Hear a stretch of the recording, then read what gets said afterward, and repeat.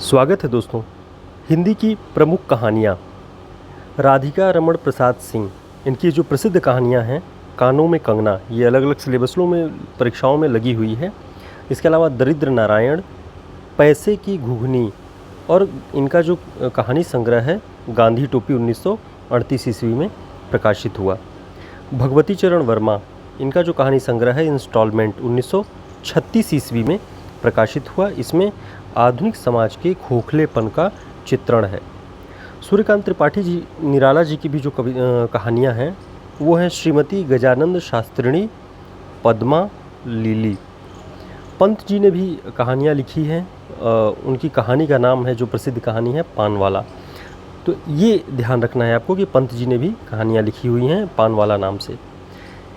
राहुल सांकृत्यायन जी की जो प्रसिद्ध कहानी है सतमी के बच्चे। भगवती प्रसाद वाजपेयी जी का जो कहानी है मधुपर्क, तारा, मिठाई वाला। सुभद्रा कुमारी चौहान जी ने भी स्त्री जीवन संबंधित जो कहानियाँ लिखी हुई हैं, बिखरे मोती 1932 में और उन्मादिनी 1934 में। शिवरानी देवी ने भी कौमुदी नाम से कहानी संग्रह लिखा हुआ है 1937 में।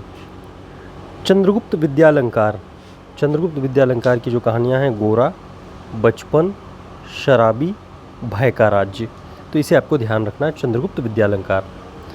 इसके अलावा आगे देखते हैं हम अज्ञे जी के बारे में। अज्ञे जी का जो प्रथम कहानी संग्रह है उसका नाम है विपथगा 1931 ईस्वी में। इसमें आधुनिक विश्व में होने वाले युद्ध के कारणों की खोज की गई है। इनकी जो चर्चित कहानियाँ हैं जैसे रोज, ये यूजीसी नेट के सिलेबस में असिस्टेंट प्रोफेसर की परीक्षाओं में ये लगा हुआ है। इसके अलावा रेल की सीटी, मैना, अमरवल्लरी, हरसिंगार, ये अज्ञे जी की प्रसिद्ध कहानियाँ हैं। यशपाल जी की चर्चित कहानियों को देखते हैं तो पिंजरे की उड़ान, ज्ञानदान, तर्क का तूफान, उत्तमी की माँ, फूलों का कुर्ता, इतनी कहानियाँ इनकी बहुत चर्चित, बहुत प्रसिद्ध हैं। तो इन्हें आप ध्यान रखिएगा, उत्तमी की माँ, फूलों का कुर्ता, तर्क का तूफान। ईलाचंद्र जोशी जी के कहानियों के बारे में देखें तो खंडहर की आत्माएं, डायरी के निरस्पृष्ट, आहुति, दिवाली। उपेंद्रनाथ अश्क की कहानियाँ, डाची, कांगड़ा का तेली।